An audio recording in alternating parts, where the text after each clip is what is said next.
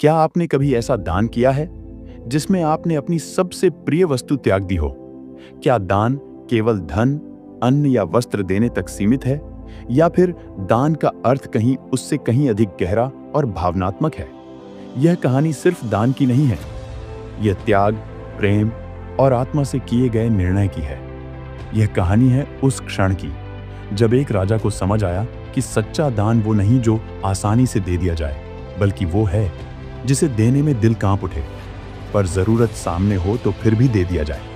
इस कथा में आप पाएंगे एक राजा का हृदय परिवर्तन, एक साधु का अद्भुत ज्ञान और एक ऐसा त्याग जो इतिहास बन गया। सच्चा दान, एक प्रेरणादायक कहानी। बहुत समय पहले की बात है। भारत के एक सुंदर राज्य में राजा वीरसेन नाम का एक राजा राज्य करता था। राजा वीरसेन न्यायप्रिय, धर्मनिष्ठ और प्रजावत्सल था। उसके राज्य में कोई भूखा नहीं रहता था और न ही किसी को अन्याय का भय था। राजा स्वयं भी बड़े धार्मिक विचारों वाला था और रोजाना मंदिर में पूजा करता, गरीबों को दान देता और साधु संतों की सेवा करता। एक दिन राज्य में एक प्रसिद्ध साधु का आगमन हुआ जिनका नाम था महात्मा हरिदास। वह तपस्वी दूर दूर तक अपने ज्ञान, संयम और सच्चे धर्म के पालन के लिए प्रसिद्ध थे। राजा को जब उनके आने का समाचार मिला तो उसने उन्हें महल में आमंत्रित किया। साधु हरिदास ने राजा के आमंत्रण को स्वीकार कर लिया और महल पहुंचे। राजा ने उनका भव्य स्वागत किया, रत्न जड़ित आसन पर बैठाया और तरह तरह के फल भोग अर्पित किए। राजा ने विनम्रता से कहा, भगवान, आपका मेरे राज्य में आगमन हुआ। यह मेरे लिए सौभाग्य की बात है। कृपया मुझे आशीर्वाद दें और उपदेश दें कि मैं और अधिक धर्म कर्म कैसे कर सकता हूं। साधु मुस्कुराए और बोले, राजन, तुम धर्म प्रिय हो, यह देखकर मुझे प्रसन्नता है, पर क्या तुम जानना चाहते हो कि सच्चा दान क्या होता है? राजा चौंका। मैं तो हर दिन दान करता हूं, अन्न, वस्त्र, धन, गौ, सब कुछ, फिर भी क्या कुछ बाकी है? साधु गंभीर हो गए। राजन, जो वस्तु तुम्हें प्रिय है, जिसका त्याग कठिन है, यदि उसे किसी जरूरतमंद को बिना अपेक्षा दिए दे दो, वही सच्चा दान है। दान केवल धन देना नहीं, वह अपने अहम को त्यागने की भावना है। राजा सोच में पड़ गया।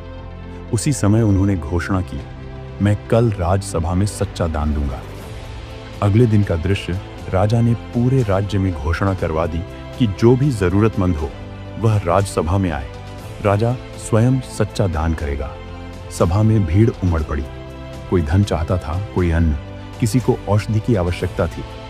राजा ने सबको भरपूर दिया, सोने की मुद्राएं, अन्न के बोरे, वस्त्र और यहाँ तक कि खेती के औजार तक। सभा में उपस्थित सब लोग राजा की प्रशंसा कर रहे थे, लेकिन साधु हरिदास शांत बैठे थे। राजा ने उन्हें देखा और पूछा, भगवान, क्या आज मैंने सच्चा दान नहीं किया? साधु बोले, राजन, तुमने बहुत कुछ दिया, परंतु वह सब कुछ तुम्हारे खजाने का एक अंश मात्र है। जो वस्तु तुम्हारे हृदय के निकट हो, क्या तुम उसका त्याग कर सकते हो? राजा कुछ देर मौन रहा। तभी एक बूढ़ा व्यक्ति सामने आया। वह कांपते हुए कदमों से चला आया और बोला, महाराज, मेरा बेटा युद्ध में मारा गया। मेरी बहू विधवा है और एक पोता है जो गूंगा और बीमार है। हम बहुत गरीब हैं। अगर आप चाहें तो मेरे पोते को गोद ले लीजिए और उसे राजसी शिक्षा और जीवन दीजिए। राजा सख्ती में आ गया। एक अनजान बच्चे को गोद लेना, और वह भी जो बोल नहीं सकता और अस्वस्थ है, यह आसान नहीं था। सभा में सन्नाटा छा गया। साधु हरिदास ने कहा, राजन, यही है तुम्हारी अग्नि परीक्षा। यदि तुम इस बालक को अपना पुत्र बना सको तो वही सच्चा दान कहलाएगा। अपने सुख, परंपरा और भविष्य की अपेक्षा त्याग कर किसी और को आश्रय देना। राजा ने बालक को देखा। उसकी आंखें मासूम थीं, पर उनमें गहराई थी। राजा उठा और सभा के बीचों बीच जाकर उस बालक को उठाया और ऊंचे स्वर में बोला, आज से यह मेरा पुत्र है। इसे वही शिक्षा, वही स्नेह और वही अधिकार मिलेंगे जो मेरे उत्तराधिकारी को मिलते हैं। सभा में तालियों की गूंज छा गई। लोगों की आंखों में आंसू थे। साधु हरिदास की आंखों में संतोष था। राजन, आज तुमने न केवल सच्चा दान दिया, बल्कि सच्चा धर्म भी निभाया। कुछ वर्ष बाद वह गूंगा बालक, जिसे राजा ने गोद लिया था, विशेष वैद्य और गुरुजनों के प्रयास से बोलने लगा। वह बुद्धिमान, सहनशील और साहसी निकला। वर्षों बाद जब राजा वृद्ध हुआ तो उसी बालक ने राज्य की बागडोर संभाली और अत्यंत न्यायप्रिय शासक बना। उसका नाम इतिहास में दर्ज हुआ, राजा धर्मवीर, जिसने न केवल न्याय किया बल्कि प्रेम और त्याग की भी मिसाल कायम की। कहानी की सीख: दान वह नहीं जो बचा खुचा हो, दान वह है जो हमारे लिए प्रिय हो।